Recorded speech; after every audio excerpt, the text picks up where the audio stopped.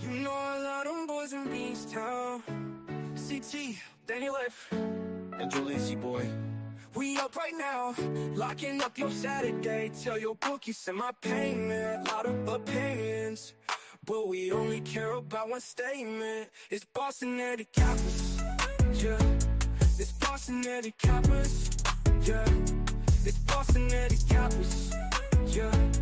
It's Boston Eddie Cappers, yeah.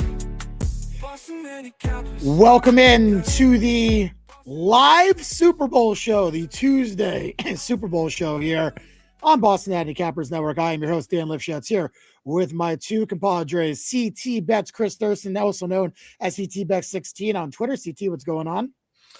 What's going on, boys? Feels like it's been a while since we had a live show. That's because it has. Been just doing the record pod on Wednesday nights and out on Thursday. So it's good to be back in the saddle live with you guys for Super Bowl 60. Happy Super Bowl week. There you go. And of course, along with us as well, Mr. DK Network, Julian Edlow. Jules, what's going on? Had a nice little bopper break. Now we're back. That's right. That's right. A few weeks out the bopper. How you feeling, Jules? You feeling refreshed? Refreshed and recharged until Texas Tech ripped my heart out last night along with CT's. But I promised CT I would stop crying. I think that'll be the end of it. I can confirm that was not my fault. That's all. I'm just saying. You might have got a break, Jules, but that was not my fault. So don't blame me. All right, let's there you go. For a change. It's right. Good evening, our guys. Titan CT. Good evening. Tom Collins, what's going on? Appreciate everyone watching on YouTube and Twitter. We're going to be getting into everything tonight. That is from the from Moneyline to the side to props to the total, and taking all your questions in between. So any questions you guys have about any props, things you might want to talk about, feel free to let us know. We'll be getting into that. Jules will not be joining us on the podcast tomorrow night. It'll be me, CT, and Sammy P from Chicken Dinner. Talking mostly props, probably doing basically a prop show. We'll be discussing the side and total as well, but we're going to be doing a good amount of that tonight. So before we get into that, let's get into a little bit of Viva. What's been going on recently? Let's talk about the Viva read, guys. And I don't think we talked about that. So I got it right here. Okay, why don't you go ahead, CT? Go ahead. This live Super Bowl special episode of the Boston Handicappers Network is brought to you by Viva Tequila Seltzer. With only 88 calories and 4.5% ABV, Viva Tequila Seltzer is the most refreshing seltzer out there. Clean, light, and dangerously drinkable. Made with real tequila and bold flavors like huckleberry and grapefruit. Don't forget Jules' favorite jalapeno. Viva is the perfect drink while you're cashing tickets in the big game. And right now, get 30% off your first shipment. This code is still live when signing up at VivaTequilaSeltzer.com when you use promo code BOS30. That's promo code BOS30. Viva, live long, live well, live it up.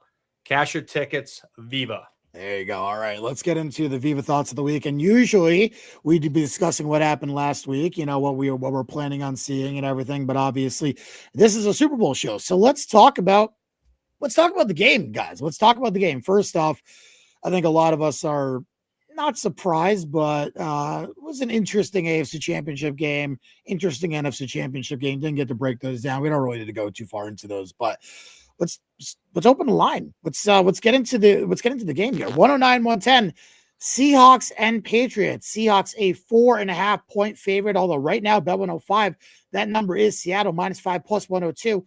Total most places sitting 45.5. Bet 105 has 45 juice to the over right now. Moneyline on Seattle -228. Comeback on New England plus 196. So what's the comeback pop on Pats plus 5? What's the juice there? I can only see the favorite. -108 right now. -108 on Pats plus 5. Again, that's because Bet 105 will be doing 6-cent lines all week long. Make sure to go bet all your Super Bowl action over at bet105.ag where the pros play.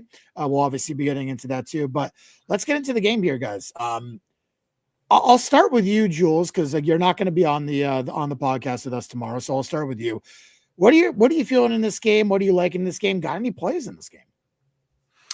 Yeah, so I have 2 props I've played, a third that I'm probably going to play, so I'll most likely give all of those out tonight.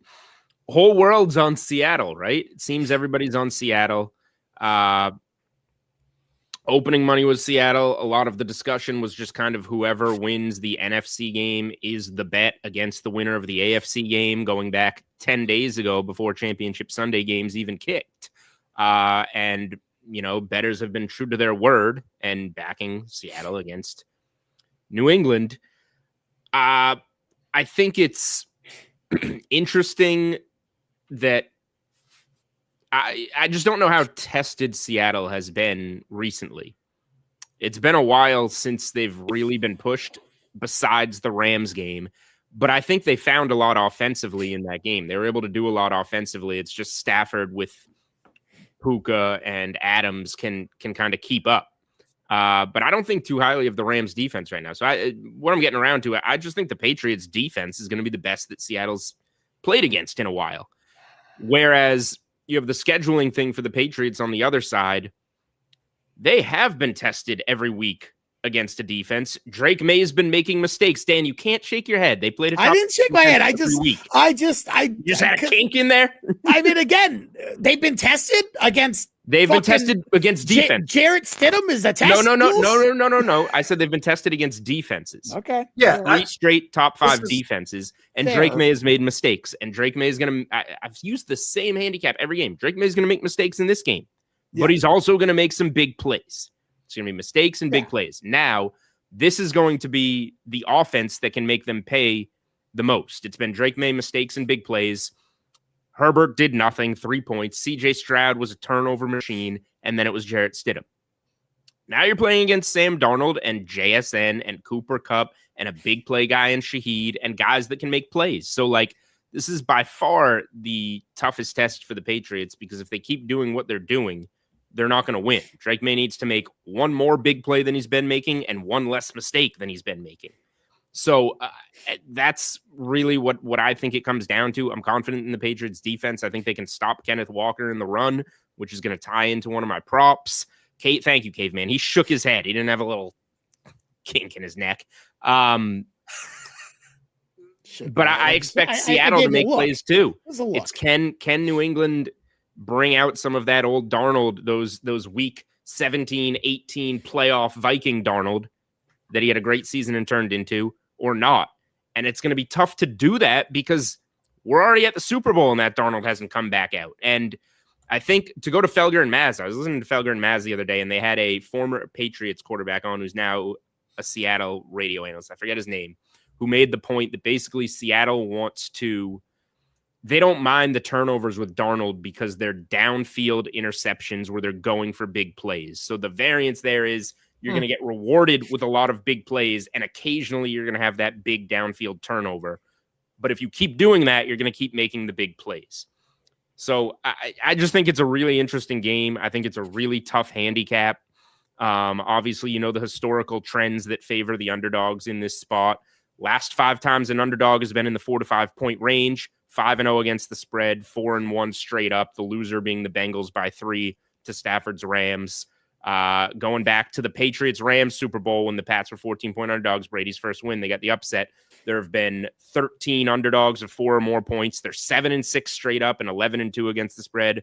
All the historical trends favor the Patriots, but they're going to have to play their best game in the postseason by far, and I'm curious to see if they can do it. All right, CT, over to you. Yeah, I think I want to address something first and foremost. And we kind of got into that when Jules started with his breakdown. Okay.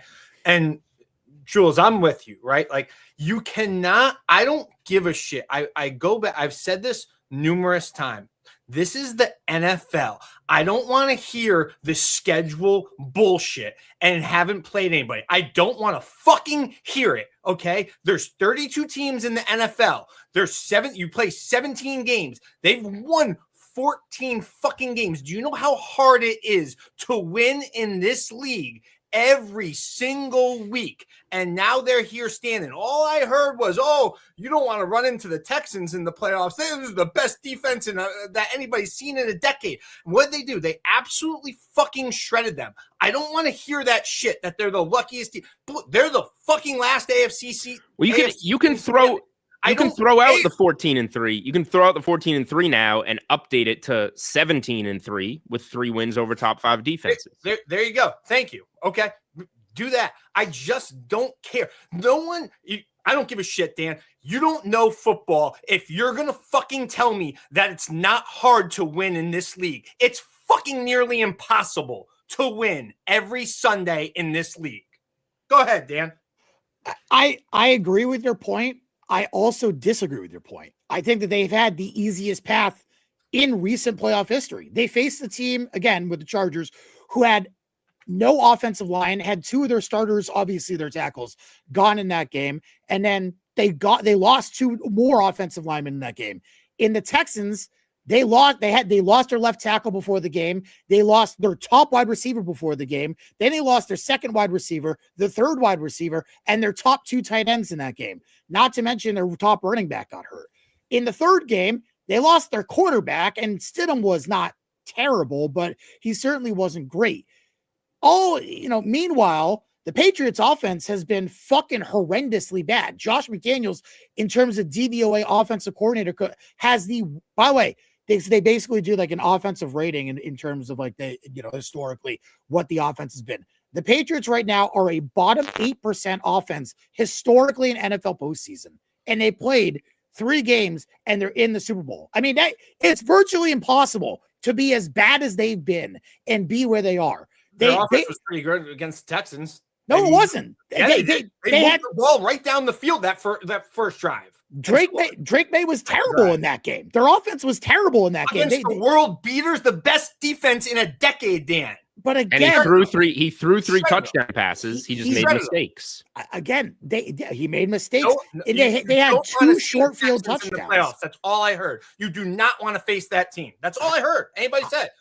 Well, it was. I didn't say that, so I don't know. I don't know who you heard say that, but it wasn't me. But and everybody's handicap against the Patriots every single playoffs game has been, they haven't played anybody. Okay, and then they just keep winning. And this is a team that I bashed all year long. I bashed them all year long. I just don't care. That means that everybody in the NFL fucking sucked this year. Well, and that's what it's true. Everyone in the AFC, everyone in the AFC pretty much did suck this year. And now they're facing the 2 best teams in the NFL this year were Seattle and Rams historically in DVOA. They were 2 of the best 20 teams in the history of the NFL in DVOA. History. Not this year, not past 5 years, not past 10 years. Fucking history, guys. Okay? In fact, Seattle is a top 10 team DVOA in history.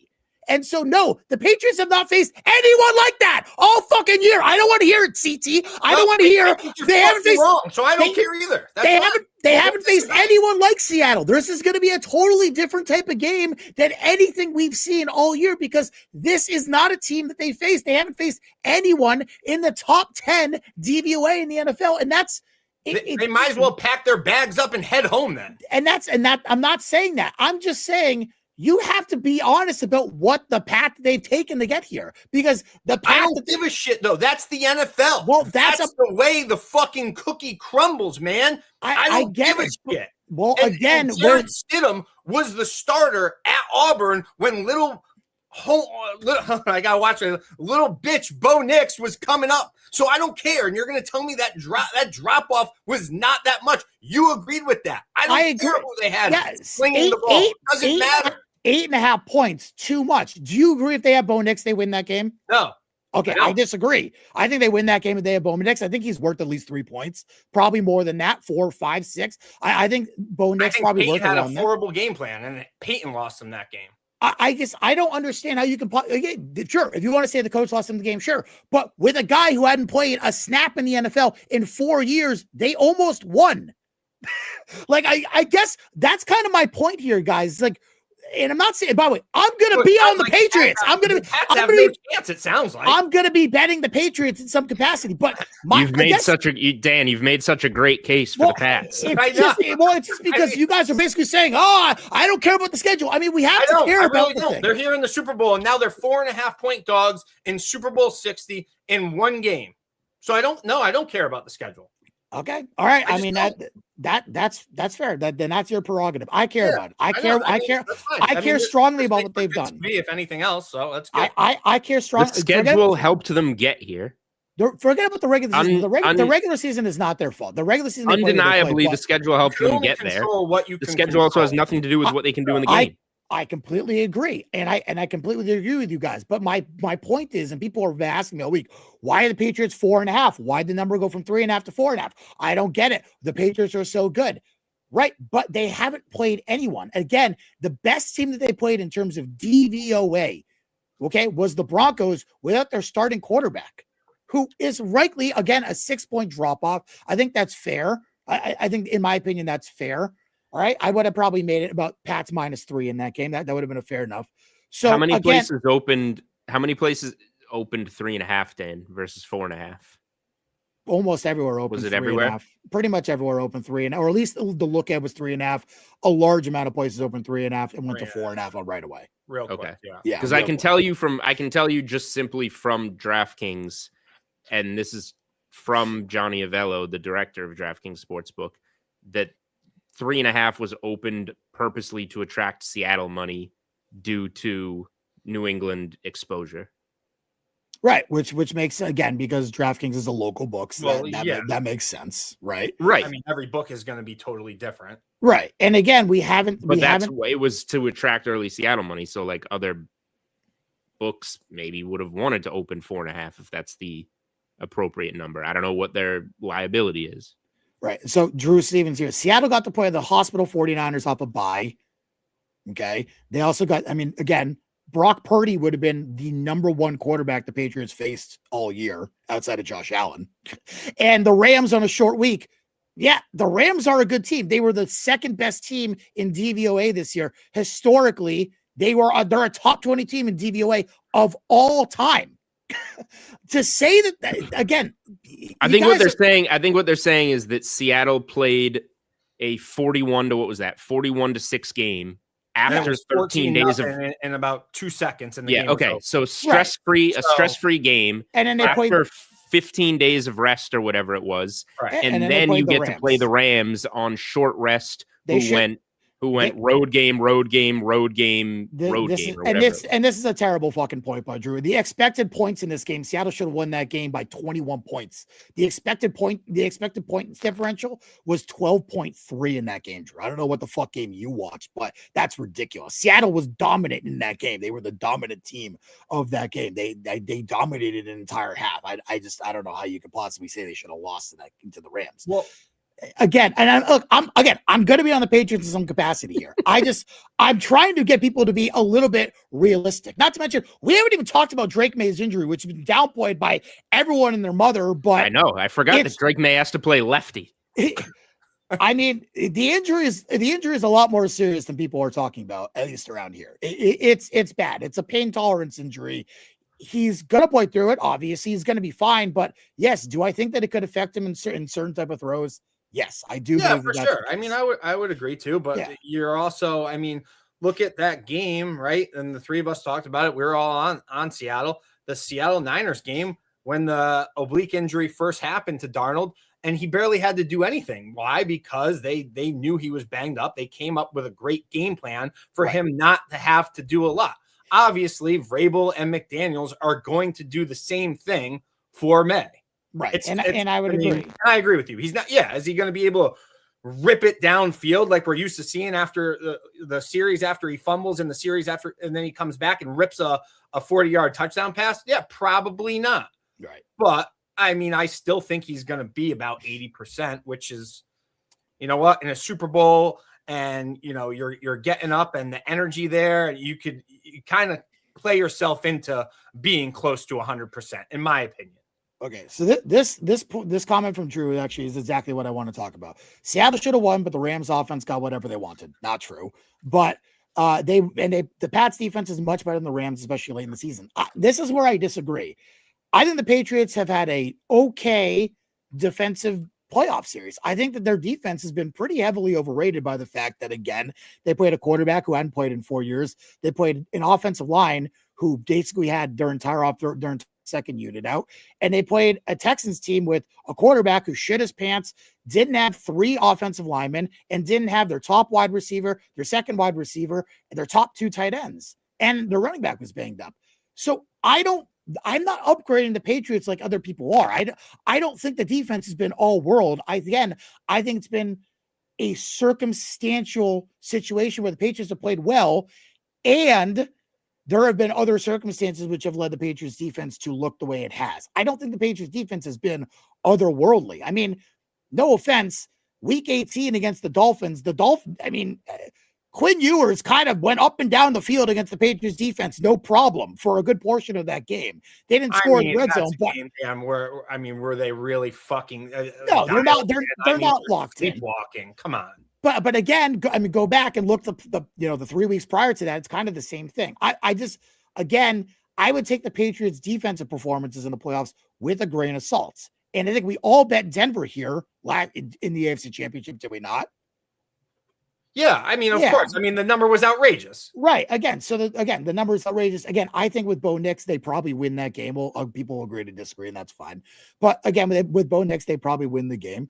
But either way, the offense is what concerns me about the Patriots. I'm extremely concerned about Josh McDaniels and the play calling of the Patriots offense. The last 3 games, and especially what they did in Denver. I hated their offensive game plan.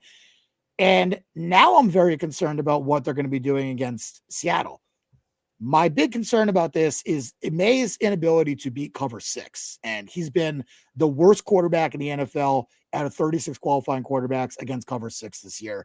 Again, the worst EPA per play in the NFL, the worst net yards per attempt in the NFL, the worst air yards per attempt in the NFL, the worst quarterback rating in the NFL against cover 6. Seattle plays cover 6, the 3rd most in the NFL, and since basically Sean McDermott unleashed that against the Patriots in New England, basically every team has started playing cover 6 against them, and we've seen the Patriots offense basically fall off a cliff since that point. So my thing is, first off, I like the under in this game because I do think that we're going to see a big drop-off in offensive play continue from the Patriots. I think since the cover 6 thing has come into play, Drake Maye has looked pedestrian. He's not looked terrible. I don't want to say that, but he hasn't looked as MVP as he was early in the year. And I do think that a big part of that has been the ability for these teams to use cover 6 in a lot of aspects. And I would expect, since Seattle runs so much cover 6,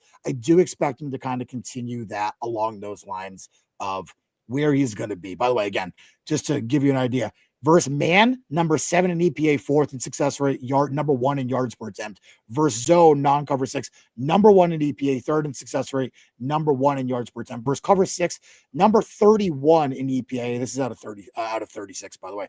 Number 33 in success rate, and number 32 in yards per attempt. So I don't see. I think that that's going to be a big concern. And again, Ethan saying that you're lying if you think the weather hasn't played a factor. Yeah, I tend to disagree a good portion of that. Maybe you could argue the 4th quarter against Denver, but for 3 quarters, the weather was fine in that game. It didn't get bad until really the final minute or 2 of the 3rd quarter. The weather was a non-factor. They didn't do anything in the first half. They scored off their only offensive touchdown that game came off of a short field fumble. That's how they won the game, off Jarrett Stidham. So the key for Seattle is don't turn the ball over and don't give short field touchdowns. The Patriots have had one in every single postseason game. I think the key for Seattle is play cover 6 and make Josh McDaniels and kind of them scheme it up. And to me, I think based upon what we're going to see in this game, I think the Patriots defense is going to force a lot of running from Kenneth Walker. I know everyone thinks that Sam Darnold's going to throw the ball. I think the Walker run prop has been bet down heavily, guys. I don't know if you guys seen that, but right now we have the Kenneth Walker prop. Now? I think it opened 76.5, 78.5. It's at 70.5 now, 69.5 some places. Yeah. I'm probably gonna end up being on the over. I'm just gonna keep waiting and let it come down the next couple of days. I think that's going to be an interesting prop there. I like Patriots. So here you go. I'm going to give because I've shit on the Patriots so much, I'm going to give my Patriots play. I like Patriots first half +3. I'm going to bet that. I do think that what's going to happen in early on, I do think that the Patriots are going to be able to play a little bit of run the ball. I don't think Seattle has been great against the run. I think they'll be able to run the ball as long as Josh McDaniels is not doing stupid stuff. They've taken away the Travion Henderson aspect of the game and the home run hitting, and that's fine because Stevenson's been effective.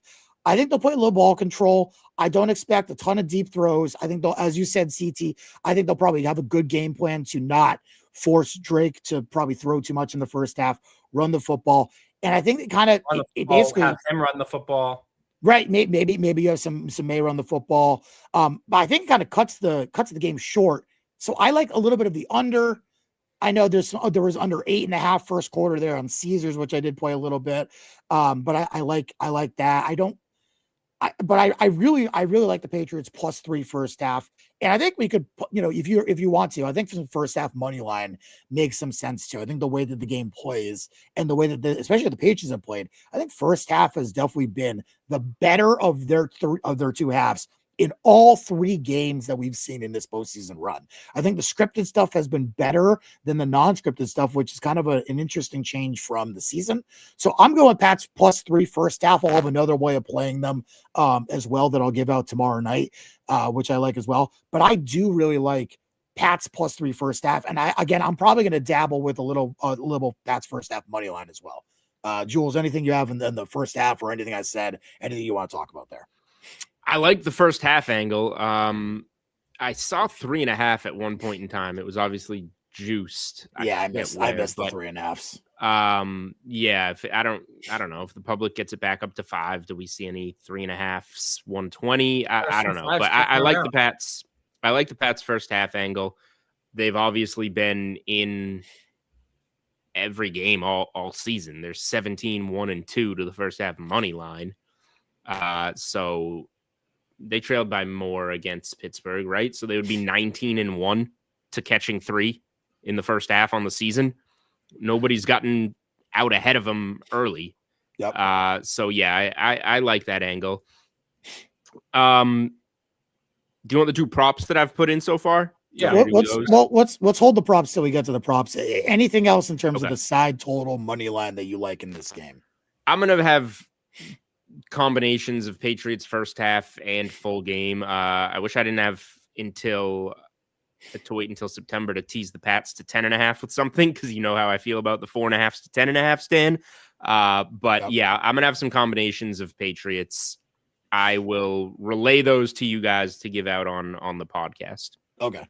Sounds good. So we'll do that. By the way, Connor did right in here that FanDuel has 3.5 -120 for the first half. So I can't get down much on it. I'm sure most people in this thing can. So 3.5 -120 would be a better bet in my opinion, or be basically the same bet as 3 -110. I'd probably take 3.5 -120 the way things have gone for them. So I would go 3.5 -120. But I'll give out 3 -110. CT, go ahead. I'm going over here to Big D, Johnny D's comment here, because I mean, I see what you're saying, but I kind of disagree. Anybody, I can't have a conversation with anybody that says that they're betting the Seahawks because of the Patriots' weak schedule, and I can't have a conversation with anybody that says that they're backing the Pats because everybody's on the Seahawks. Okay. I disagree with both of those. You need to have some reasoning for who you're backing, and both of those reasonings just do not justify a conversation with me. See what you're saying, but disagree. I'll just go into the game breakdown, Dan. Are we doing that now, me and you, or what? Go ahead. We'll do props tomorrow night. Stuff I want to bounce off you. Sure. I'll give a little game breakdown here. You look at this game on paper, you would think Seattle is much better. I really just don't think these teams are that far apart at all. And I think the key for the Patriots on offense kind of going back to, the Maye injury and what they're going to do, I think avoiding long yard situations is going to be a really key for them. You're not going to be able to be flashy. He's probably not going to be able to rip it like we're used to seeing. Be in manageable third downs. And don't be afraid to have Maye run like we've kind of seen the last two games. He's ripped off like close to 60 yards in the last two games, and when he gets loose, it's good chunk yardage. Another key piece I like to this, Dan, is Maye coming into this game. I love how he has literally nothing to lose. Like, if he loses this game, like this was just a unbelievable season for the Patriots. He's probably going to be back. Like Sam Darnold, he loses this game, it's going to go back to everybody saying that it was the Sam Darnold that we were used to seeing for the first 6 or 7 years that he was in the league. All the pressure is on Sam Darnold in this game. I like that. I think that's a big advantage for the Patriots. On the defensive side of the ball, I think the Patriots need to blitz Darnold, need to get to him, kind of stick with what they've been doing all year long, make him get frustrated a little bit, throw him in the mistakes. A big key piece that we haven't even talked about is how good the defense has been since Milton Williams has been back from his injury. When he is on that field, the Patriots D is very tough and a totally different unit than without him on the field. Here's where my question is to you. Obviously, JSN is the best playmaker on the field. We've seen that all year long, okay? He's been able to get open all year long. No one's been able to stop him. No one.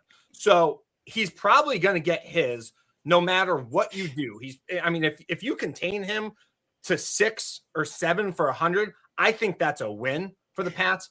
Here's my question to you, because I've been going back and forth with this all week or the last 2 weeks long here. What do you do with him? Do you put Gonzalez on him and then have a safety come over top and double him? Or do you kind of do what you've been doing all year long and, just have Gonzalez on him and play the zone, right? They've been playing zone all year long. I don't know what the answer is to that question. And I'm not sure what Vrabel is going to do here.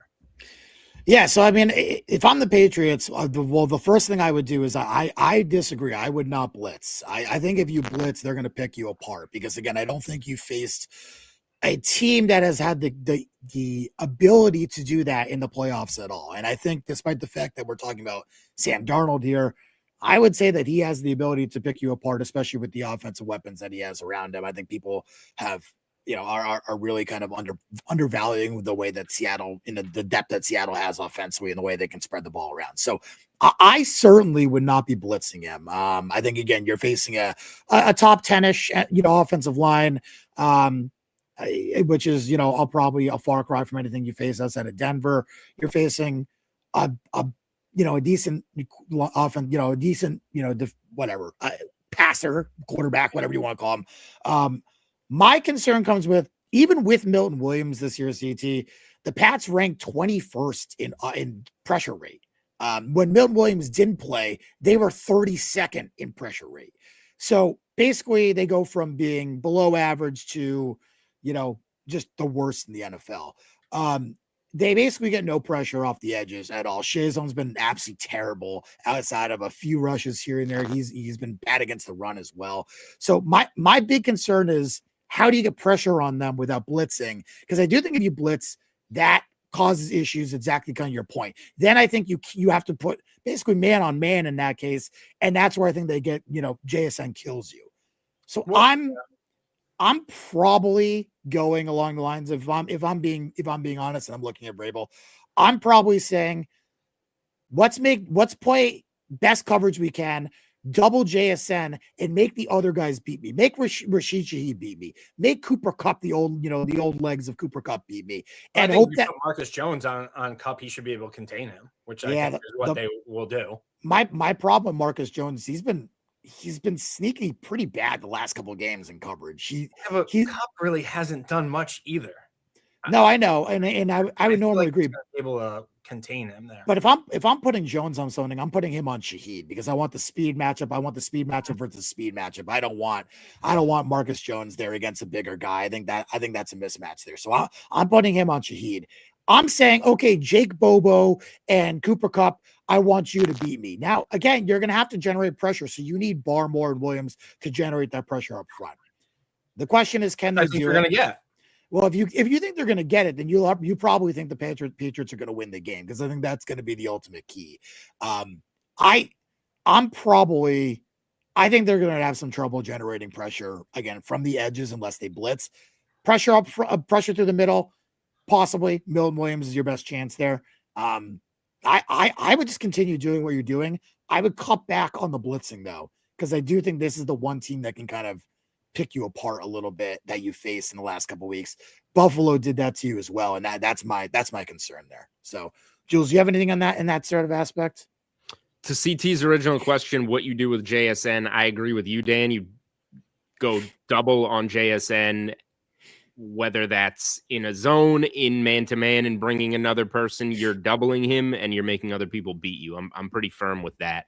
That's what I was leaning towards, but I'm doubling JSN and make everybody else. You're gonna need a kick return from Shaheed or a bomb to Shaheed or Cooper Kupp has 7 grabs for 80 yards or like you got to do it or Kenneth Walker rips along, like just anything else. And if that starts working, then you adjust. And you're probably not going to be in a good spot, but you adjust. You got to double JSN and try and make them initially find something without him is like a huge key to this game in my mind. I'm kind of between you guys. So I agree with Dan there. I'm kind of between you guys in blitz or don't blitz. I don't think you want to go over the top blitzing because like Dan said, I think you'll get exposed a little bit with, Darnold's been good enough to find those quick outs or whatever it might be, check downs with space. Walker's been good as a receiver, like different things to beat you if you're consistently doing it. I also don't think you can just generate it with 4 every time. I think you got to mix some stuff in, whether it's, and not just on, the obvious third down or like, just like, it's the Super Bowl, just like you're going to run a reverse or you're going to run a screen to Travion Henderson and you've got that scripted in and around where you want it. Like, I think you have to have an idea of when you want to, script isn't the right word, but an idea of when you want to be thinking about a blitz just to catch them off guard. So you got to mix it in there. But yeah, if you do it too much, Seattle's been good enough to pick up on that. Yeah, and we have a comment here. Haven't teams been doubling JSN all year, and he's still gone off? I have to imagine. I don't have the Dean numbers. Fair, and you're making a valid point, but again, he's beat everybody he's played all year long. He has. I said that at the beginning. Right, but again, no one really has had Christian Gonzalez. Again, the Rams secondary obviously is quite pedestrian compared to the Patriots and Christian Gonzalez. The Niners have been a disaster. Carolina's not. I mean, Horn is okay, but again, it's not the same type of product back there. Indy actually did the best job against them, in my opinion, and I think the Pats secondary kind of mimics what Indy's been able to do in that situation. I think the Patriots have the best chance of stopping JSN out of pretty much any team that they faced all year, which is, kind of a far cry with the exception of maybe Houston, because obviously Houston and what they have in this.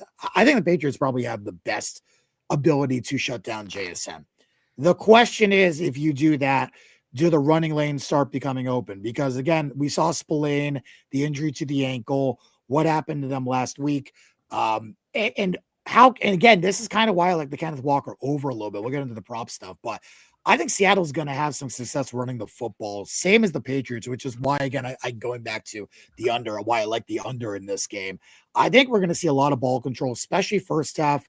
Obviously, things will pick up second half late in the game, with the teams losing. But I do think that you're kind of looking at along those lines of, I probably wouldn't.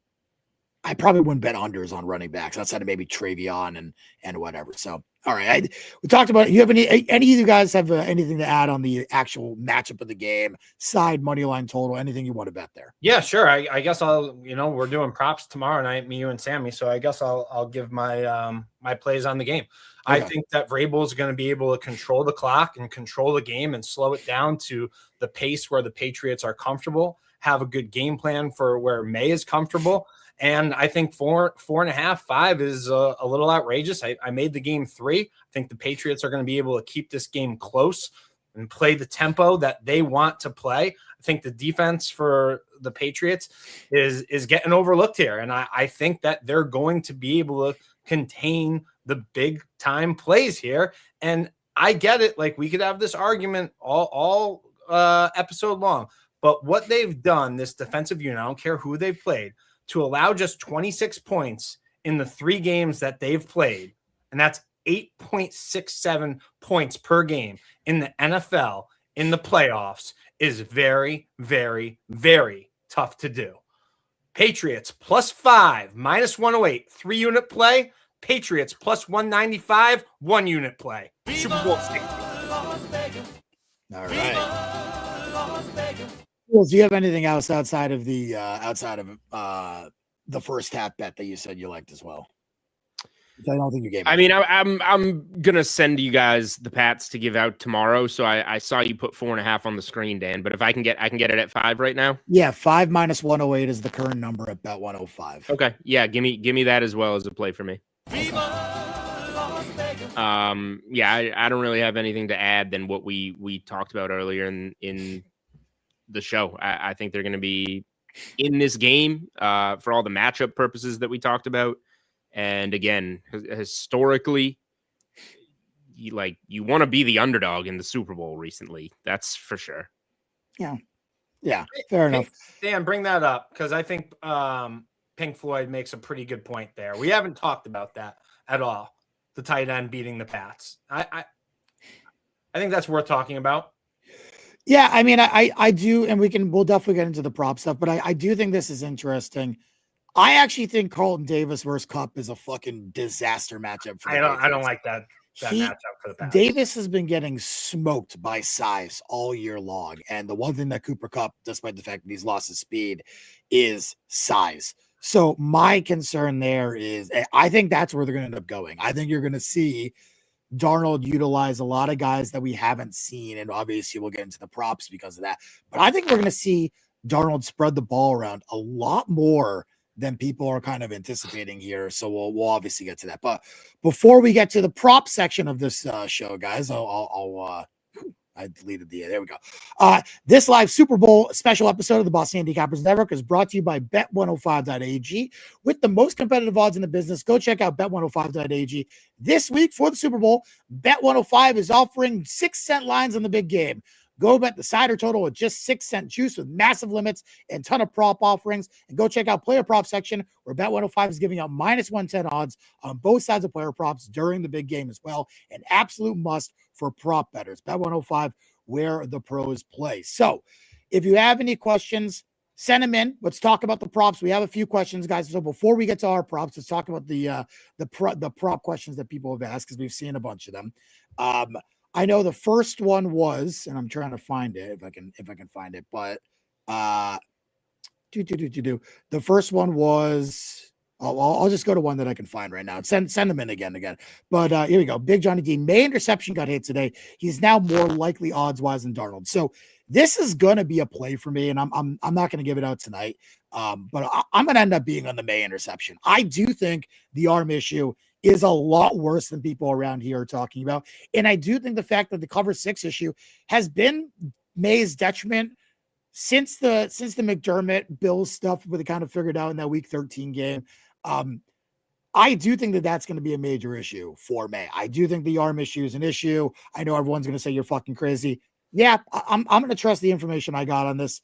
I'm not going to give out a HIPAA violation here, but it's not great. And so I think that we're going to see some Maye issues. I'm not sure he's going to be able to rip the ball as he's done all year. I think he's going to try to make some tight window throws. I think maybe he misses a little bit, or just can't get it in there. I think the Diggs throw last week versus Denver at the end of that game where he just couldn't rip it in as he usually does is a big one. So I like the Maye interception prop. Either you guys like that one at all? Yeah, I mean, from what you're telling me, yeah, it makes sense. I probably like Maye to throw a pick more than I like Darnold to throw a pick. Let me ask you this one. I was trying to pull up the line. I can't remember where it is or where I saw it. How about this one, Dan? Say Maye takes a pretty big hit and has to take a breather and gets the wind knocked out of him. Do you like another quarterback to take a snap? So this is an interesting because of the price it was. Okay. So I bet, and this price is long gone, but I bet plus 450 on a non-quarterback to throw a pass. That's long gone. That was 2 days ago. BetOnline opened that. That's long gone. It's now I think 180 non-quarterback. Now there's a question of will the over under 2.5 passers, very different prop, which is I think is the one you're talking about. So I think that's sitting around the 140, 150 area. I would pass on that number. I do think that probably wins, but I think you're looking at I think the one I saw and I'm talking about is that they just have to take a snap. So they could come in and hand the ball off. They don't even have to put the ball in the air. So BetOnline, if BetOnline has to take a snap, Seattle runs that play a lot under center where they basically put a fullback, tight end, whatever takes the snap. What are the odds on that? So I think it was 125, 130, and I think now it's minus 150. I would probably pass at that number. Yeah, I'd play plus 130, but I can't lay 150 there. I would probably pass at that number. This is one I've gotten a ton, guys. Defensive special teams score. The number is 230. I think it's it's the worst defensive special team score number I've seen in 10 years. Yeah, that's low. I absolutely would not play that. I think it's a terrible bet. No, I would not bet it. Over 2.5 players with a auto bet. We talked about that one. Austin Hooper over under 9.5 receiving yards. I kind of like the reception over a half better than him. And again, tight ends have been pretty useful against Seattle, the way that they've been utilizing their corners and their safeties. I do think Hooper gets a little bit. I think Henry is going to get a lot of attention. I think Hooper over reception might be an interesting play depending on price. I don't have the price play in front of me, but I think that would be an interesting one there. Do you guys like that one at all or anything there? No? Okay. I don't have a real feel for Hooper. Yeah. I mean, you know me, I'm not a big prop guy. I'm going to have 3 of them tomorrow night. I'm not a big player prop guy. I rely on you guys more. What do you think about the Maye stuff, Dan, and his attempts and completions and gross passing yards, etc.? So I would I'd look at fading Maye because I do think the arm injury is there, the shoulder injury is there. Longest completion is probably not the way to do it because I think that people are going to say, well, if he has the shoulder injury, I don't think it's going to be a deep ball issue. I know other people are going to say it is. I think it's going to be more of a velocity issue. Right. And getting it in there. Agreed. So I actually think first half attempts, if you can find it, might be an interesting look. I've seen that out there a few places. First half passing attempts under, I think it was 12.5 when I saw it. Maybe I could be wrong. I'm trying to remember, but I think, and I haven't bet it yet because I've been waiting for a better number because all the overs get bet right before Saturday and Sunday. Everyone just bets overs. So if you like anything under, just wait a couple of days before. Yeah. Just wait because the money comes in on the overs. So that's a good tidbit there. Yep. Cup is the best scenario for Davis. This is factually incorrect. Size against Davis has been a disaster all year. That's the one place that Davis has struggled. I strongly disagree with that statement. Say will I have a ladder play tomorrow? I will have a ladder play tomorrow. So I will give that out. And let's see. Bopper's coin toss play. I do not have a coin toss. Actually, you know what? I do have a coin toss play. I was gonna say, are we gonna give that out? I do have a coin toss. No, we're gonna give that out tomorrow. We're gonna give that out tomorrow. I know. I told the people last week you were coming with one and I wasn't fit. It's not what you're thinking though, Jules. Let's see the ticket. I don't know what ticket you want. If you're specify it, I'll be glad to show you the ticket if I have it. Bob and I bet it. if you're talking about the bet online ticket, the plus 450, I'll show it to you if you really want to see it. That number was out there. I can also get a picture because, by the way, I did not find that number. Someone sent it to me, so I will also hand up. That was not my find. There are pics of Cup throwing the ball today. Could be nothing. Yeah, again, I wouldn't put too much stock into that shit. I mean, wide receivers just catch the ball at practice and then throw it back. Right. That's also. I don't know. Yeah, how much there is to that. It's a picture. Yeah. Kyle Williams, anytime touchdown and first touchdown. I actually don't like Kyle Williams in this game, with the exception of maybe a deep ball. The way I'd play Kyle Williams, if you have it, I'd play longest completion over. That'd be the only thing I'd play for Kyle Williams, because if he doesn't have a completion, it ain't hitting anyways. I think the deep ball to Kyle Williams is pretty much the only play you're getting there. That's the way that I would play that. Matt Collins over. See, here again, everyone wants to play overs. No one wants to play unders. You're seeing it, right? Matt Collins overs an anytime touchdown. I again strongly disagree. I think you guys are looking at the Seattle secondary and trying to find the weak spots in them. They coverage underneath. I don't think Hollins is a guy to play overs on. I think Hollins is probably used more as a blocker in this game. I would lean under in that one. So the play that Dan is not to play anything in the -101. That's right. There's a bunch of even money on the coin toss, but it's not going to be that, Connor. I will have a coin toss play, and I promise you it is plus EV. I'm not giving you heads or fucking tails. I don't do that shit. I think you guys know that by now, but it will be plus EV. All right, Jules. Do not play. You don't think it's going to be heads? It could be heads. I'm just saying I'm not playing heads or tails. That's not the coin toss play I'm going to have. How about that? Do not lay anything more than 101 on the coin toss. And to be honest with you, you shouldn't even be laying more than plus 100 on the coin toss. There's even money on the coin toss. You can get plus money on you can get like plus 105 on or just bet your buddy that's sitting next to you at the house for fucking $100. Yeah. I'll tell you this. 2 years ago, I bet 20 grand on heads plus 103 and 20 grand on tails plus 102. Yeah. Because again, I'll just take the free money. Who gives a shit? It's a nice, easy way to make some money. Easy, solid investment. Jules, you've been sitting there patiently waiting. I want to give you the time to go and talk about your props, Jules. You're open up the prop shop. Banter. All right. I'm not going crazy on the props. I do think. Fuck that. Give me some good props. I do think there's something to some different long reception stuff. I think that Travion Henderson. Dan, how much do you think Travion Henderson is going to play in this game? I think the 4 snaps was very telling that he's not going to be super involved, but I also think they're going to scheme up like something for him. He's going to have a play in this game. He's going to have a big play to bust one. I would agree, but man, dude, I watched the tape of him. He's just fucking missing holes like left and right, dude. He's just not playing well. So my concern is, again, would probably play longest rush over on something like that, Jules. But I know he had I think on the carries opener was 5.5 and got bet down immediately to 4.5.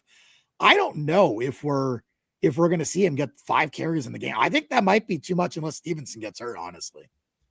I think they're going to ride Stevenson. Yeah, I wouldn't do anything with him running the ball. If I did anything, his receiving yards prop is 3.5 yards. Is he going to catch a pass and go forward like that?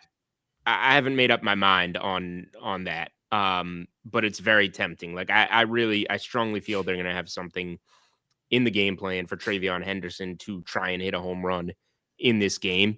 And if you like that, then you can take Travion, 10 plus receiving yards, 15 plus receiving yards, all at big plus money.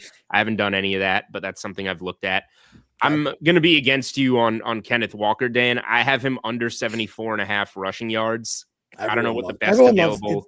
It's right now, I think the best available 72.5. I looked earlier today.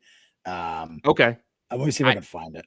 I don't mind 72.5 if you want to play that. Here's what I have on Kenneth Walker. So 74.5 is still out there. I'm wrong, Jules. Okay. 74.5 at bet 105 -113 is the best number in market. Give me Kenneth Walker under 74.5 rushing yards. I will play that. So Patriots top 5 rush defense this season. They were 4th overall, giving up 97.2 yards per game. Milton Williams on the field drops that number to 76.2 yards per game. Patriots during this playoff run, giving up 71.3 rushing yards per game. That is total to the opposing team. Now, just week by week with Milton Williams on the field. I took the Milton Williams games that he was sidelined out. This is opposing starting running backs. Ashton Genty, 19 carries for 38 yards. Worst offensive line maybe in NFL history, to be fair. All right, we're one game in, Dan. I know. Achane, 11 carries for 30 yards. Jalen Warren, 18 for 47. Hubbard, 10 for 49. Rushing title winner, James Cook, 15 for 49. Alvin Kamara, 10 for 31. Tony Pollard, 6 for 18. Quinshon Judkins, 9 carries for 19. Bijan Robinson, 12 for 46. Rashad White, 10 for 38. Breece Hall, 14 for 58. Jalen Wright, 13 for 23. Now we're into the postseason. Kamani Vidal, 11 for 31. Woody Marks, 14 carries for 17 yards. RJ Harvey, 13 carries for 37 yards. The high on the season for an opposing starting running back with Milton Williams on the field is 58 yards by Breece Hall with an average of 35.4. The playoff high is 37 by RJ Harvey with an average of 28.3 rushing yards per game by the opposing starting running back. Kenneth Walker under 74.5 yards is a play. Maybe you think they game plan for a little more wiggle room in the run game, Dan, but I have to do what the entire season of numbers tells me. Fair enough. I will tell you this. I played under 103.5 combined rushing receiving yards on Walker. I think that number is gone, but I did play that because I actually like the receiving under on Walker. I think they're going to use Helani in the passing game because I was pretty happy about, this sounds fucked up, but I was pretty happy about Charbonnet being pulled out of the lineup because I think Charbonnet is one of the worst running backs in the NFL, but he's a very good pass blocker. Walker actually has been pretty good against the Rams. He's been terrible versus anyone else. I think it's a scheme thing. So I think they're going to use Helani a lot more this week in that scenario. So I don't disagree with the under. I just think I think they're just kind of Pats have been having holes there without Spillane. That's my issue. I think the run game gets exposed a little bit. But Spillane, I do understand. Will be going to need him there. He's going to play, but he's going to be on one leg. That's my only concern with him. So I like Walker under receptions, under receiving yards.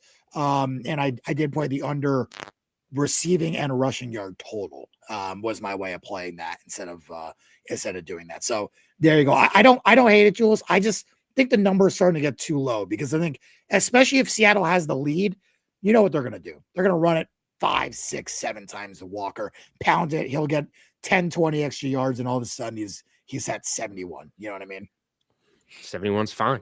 I get it. There you go. 71's fine. All right, Jules, what else you got? Stevenson over receiving yards. You can let me know the best in market right now. Give me 1 second. Go ahead. Yep. Should be low 20s. So first game back from injury was against the Bengals. It was still more Travion in the backfield. So going to December 1st on, Giants caught all 3 targets for 40 yards with a long of 36. You want receptions or receiving yards? What's 2.5 receptions? Let's see. Or is it all 3.5? It's going to be 2.5 minus 165. Yeah, okay. So what's the receiving yards? It's like 20.5 everywhere, pretty much. Minus 115-ish. Oh, 20.5. Okay, that's lower than I thought. I played it at like 22, I think. All right. Yeah, 20.5 pretty much everywhere across the All right, you can sound it, Bopper. Stevenson over 20.5 receiving yards. Okay. Minus 1. So again, Giants caught all 3 targets, 40 yards, 36 long. Bills caught all 3 targets, 27 yards, long of 16. Baltimore caught 2 of 3 targets for 27 yards, long of 23. Jets caught all 5 targets for 55 yards, long of 22. Miami, they started sounds pulling like guys. It's like the Stevenson long, Jules. They started pulling guys. He caught both targets for 22 yards against Miami for a long of 15. Caught 3 of 5 in the wild card game against the Chargers, long of 48. Now, he caught all 4 targets for 11 yards against Houston, but obviously didn't go over this number, and then didn't catch either of the passes against Denver.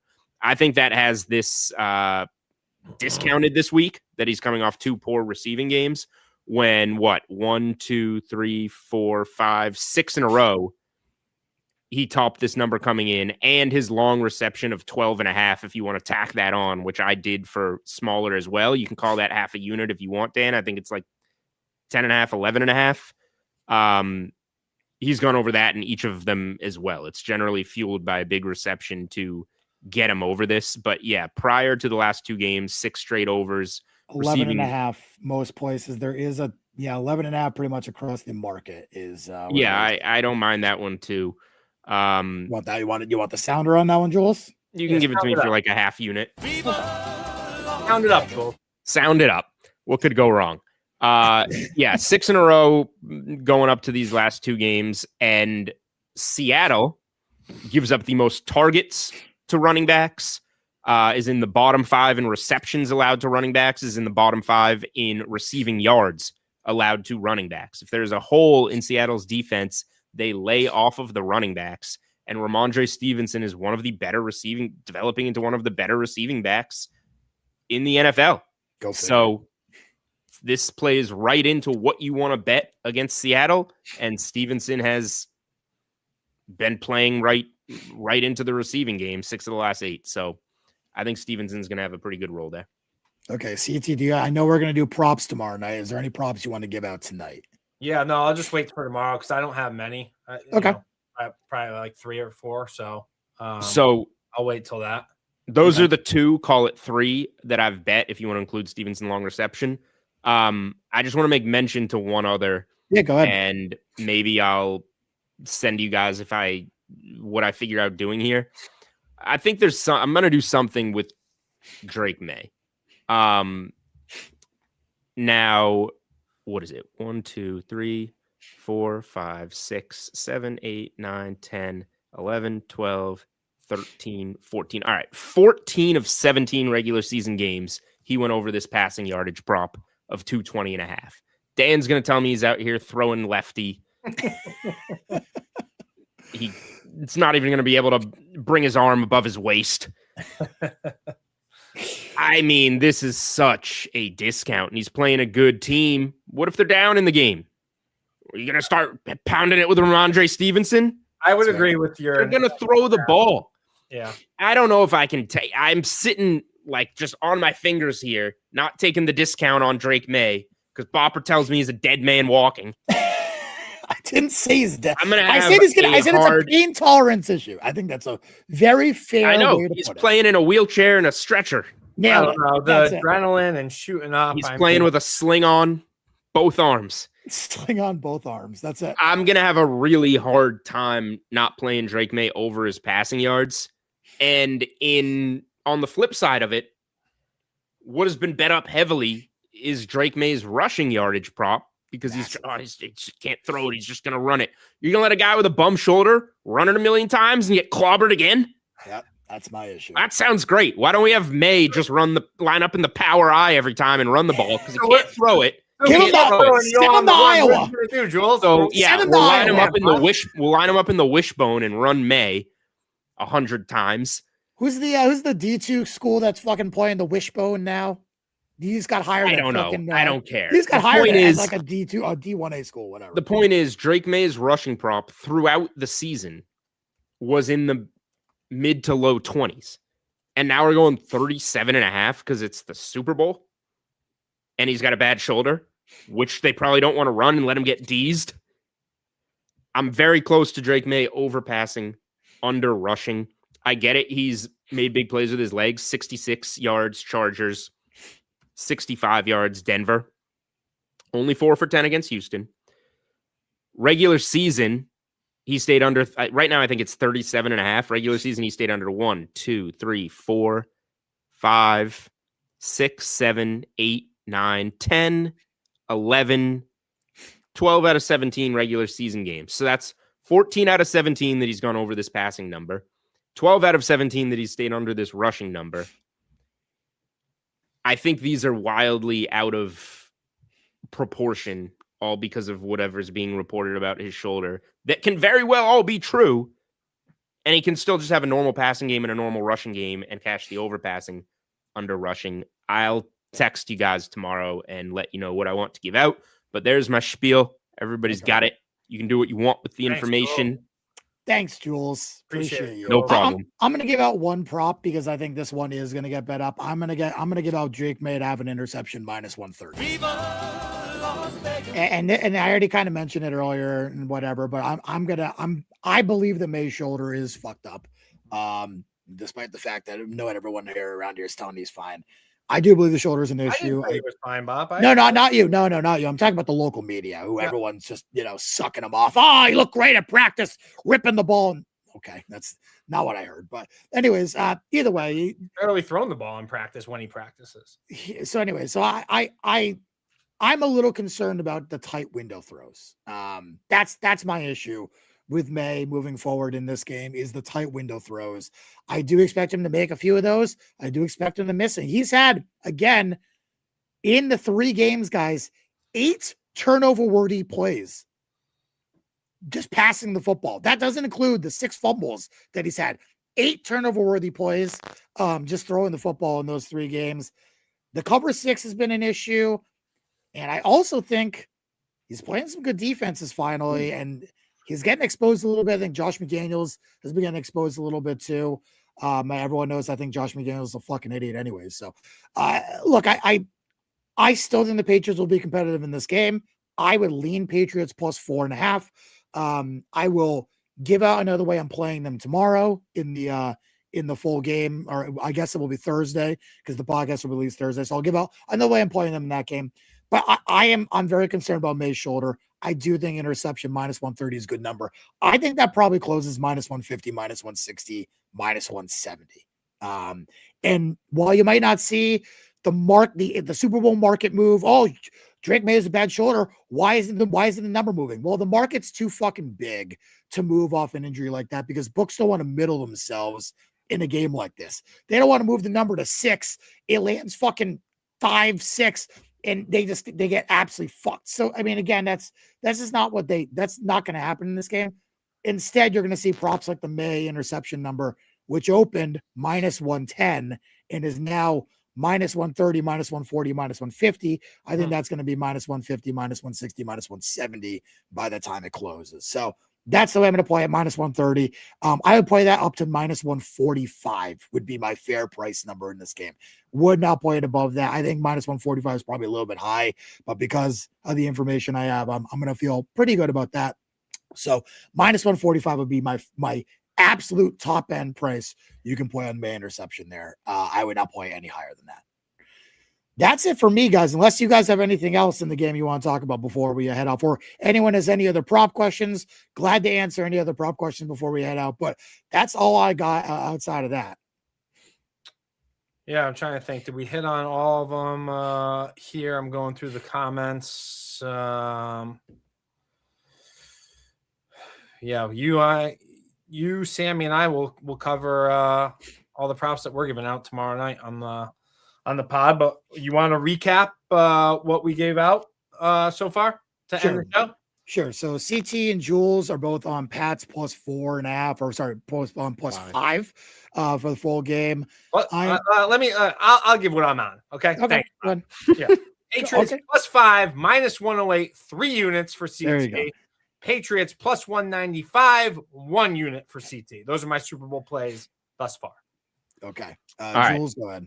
Pats plus 5, Kenneth Walker under 74.5 rushing yards, Ramondre Stevenson over 20.5 rushing yards, and the half unit play on Stevenson long reception over 10.5 receiving yards, and a damn good case for Drake Maye over passing under rushing to be determined. I played Maye interception over a half. And I played Pats plus 3 first half. I will be playing the Patriots in another capacity tomorrow. I promise you, Patriots fans will not like how I play it, but that's okay because it also has to do with Seattle. So I will give that out tomorrow. I will give out. CT and I will give out a ton of props. I have a bunch of props to give out tomorrow. Probably about 10 to 15. I'll give out tomorrow, and. Oh, wow. Maybe a little less. Maybe I haven't decided if I'm gonna do a prop sheet. Do you guys think I should do a prop sheet this year?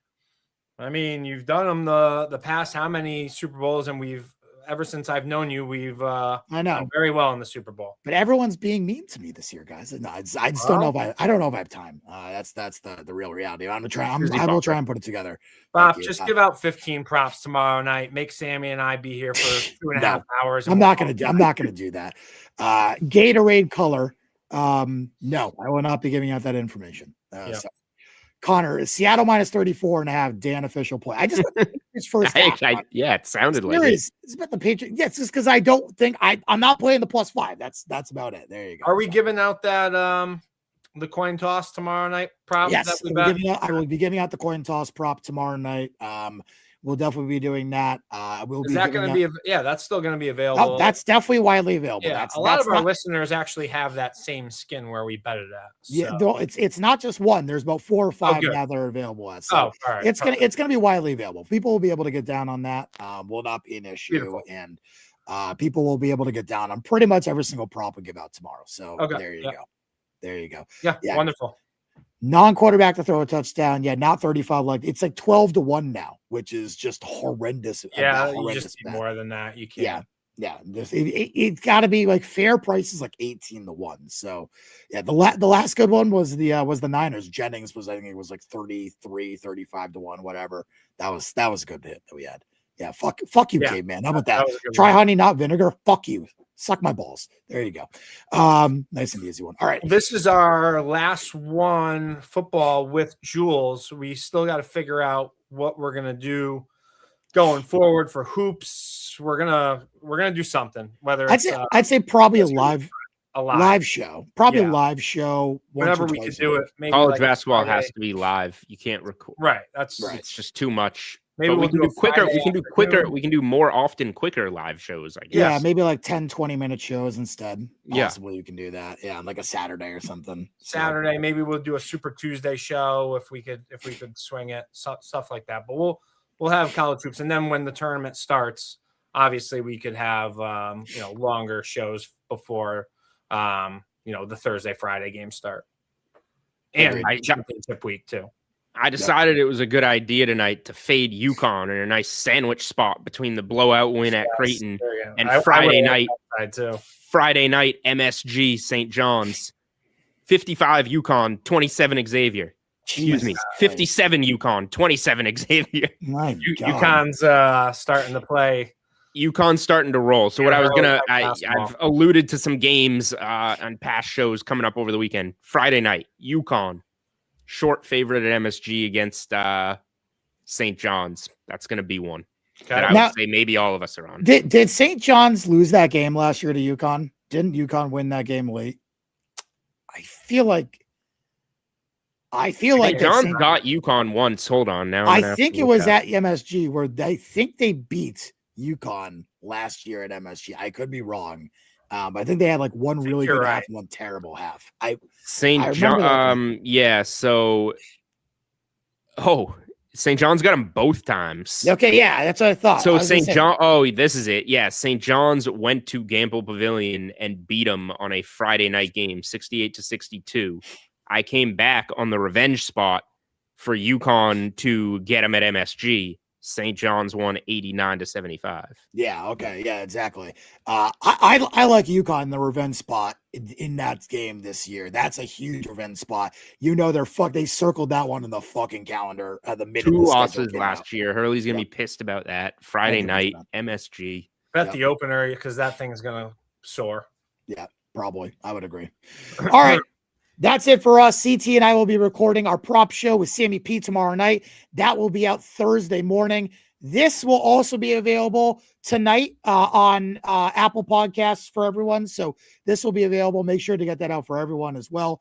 All the official plays in the docket as usual. And CT and I and Sammy will have a bunch of props for everyone tomorrow night as well. And then you guys can listen to that Thursday. So, all right. Hope everyone has a great rest of your Tuesday. Rest of your Saturday.